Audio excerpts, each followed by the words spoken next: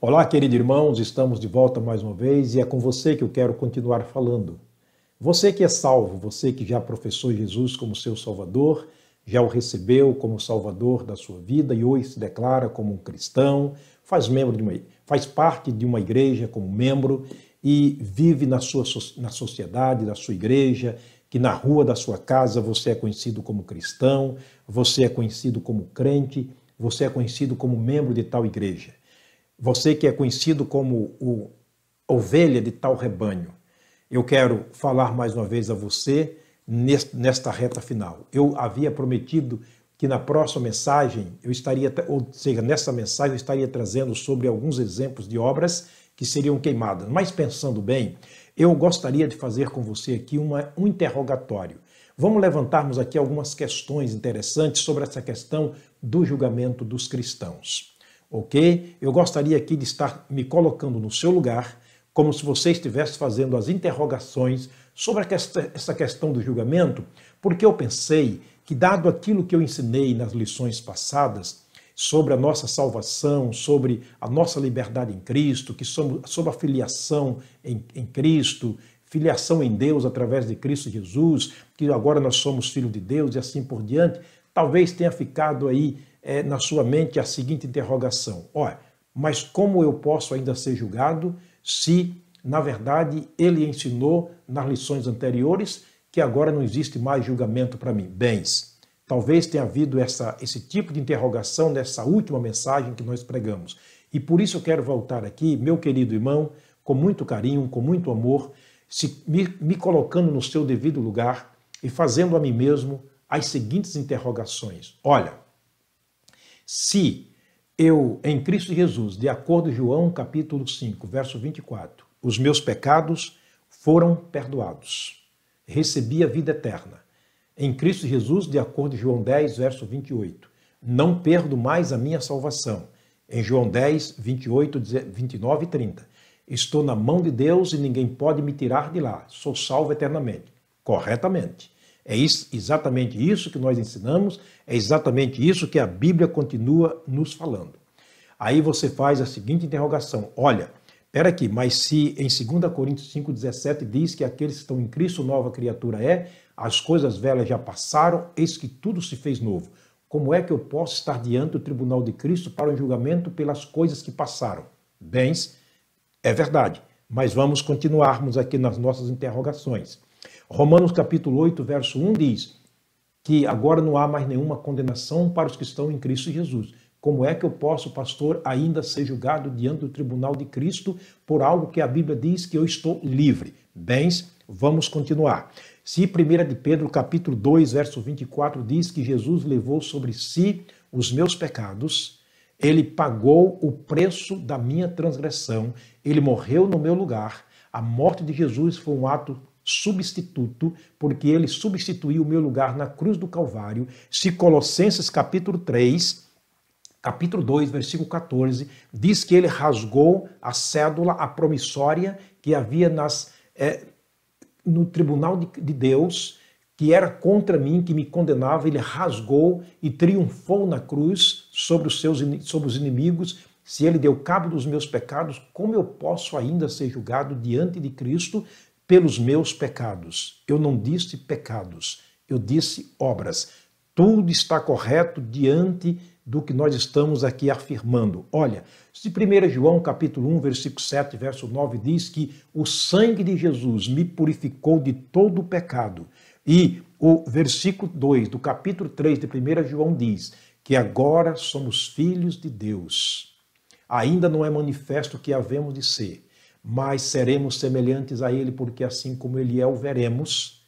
Se Filipenses capítulo 3, versículo 20 e 21 diz que aguardamos o Senhor Jesus, que transformará o nosso corpo abatido para ser semelhante ao corpo dele em glória, me explica. Talvez seja essa a sua interrogação. Me explica como ainda eu posso estar diante do tribunal de Cristo para um julgamento.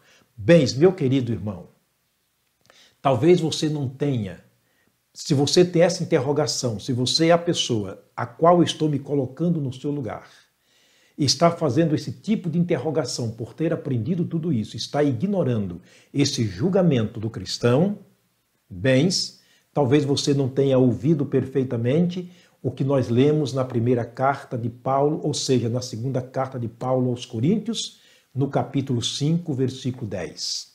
Ele diz, aliás, eu quero antes desse texto, lembrar, refrescar sua mente, de 2 Tessalonicenses 2, ou 1, versículo 2. Não, capítulo 2, melhor dizendo. O texto que lemos aqui repetidamente, várias vezes. Rogo-vos, irmãos, pela vinda do Senhor Jesus e pela nossa reunião com Ele. Agora, 2 Coríntios, capítulo 5, versículo 10. O mesmo Paulo diz, porque é necessário que todos compareçamos diante dele, diante do tribunal de Cristo, para que prestemos conta daquilo que fizemos, para que cada um receba o que tiver feito. Agora vem a questão, por meio do corpo, bem ou mal. Todos os textos que eu citei anteriormente, todas as afirmações são verdadeiras. Não seremos mais julgados. Passamos da morte para a vida. Somos de Cristo e somos nova criatura. Nós não passaremos mais pelo julgamento condenatório. Porém, estamos falando de uma avaliação para avaliar a vida que tivemos aqui entre o tempo que recebemos Jesus como Salvador e a nossa morte, ou seja, a nossa reunião com Ele. O que está levado em conta aqui não é que os nossos pecados foram perdoados. O que está sendo levado em conta não é que lá estaremos em espírito diante dele. O que está sendo levado em conta não é que lá nós teremos um corpo semelhante ao dele. O que está levado em conta aqui não é que lá seremos semelhante aos anjos. O que está levado em conta é o tempo que vivemos aqui como cristão. Repito mais uma vez, para que cada um receba o que tiver feito por meio do corpo, bem ou mal. Espero que o irmão tenha entendido. Portanto, nesse tempo de vida, estamos nos preparando para uma prestação de contas durante a nossa vida como crente neste mundo. E um dia estaremos lá, eu te garanto. Você pode ter as objeções que você tiver. Você pode crer da maneira que você quiser crer. Você pode interpretar da maneira que você quiser interpretar. Porém, a palavra de Deus não muda. A palavra de Deus permanece firme. A palavra de Deus permanece como foi escrita, para o qual foi escrita. Ela vai se cumprir. Passará os céus e a terra, mas a palavra dele não passará. Crendo ou não crendo, assim, se você é uma pessoa salva, um dia, você e eu estaremos lá. E isso será comprovado diante de Deus, através da nossa própria pessoa, diante do tribunal de Cristo. O Senhor te abençoe, o Senhor te guarde. Quero terminar orando por você e pela sua família. Pai querido, nós estamos tratando de assuntos espirituais para pessoas espirituais.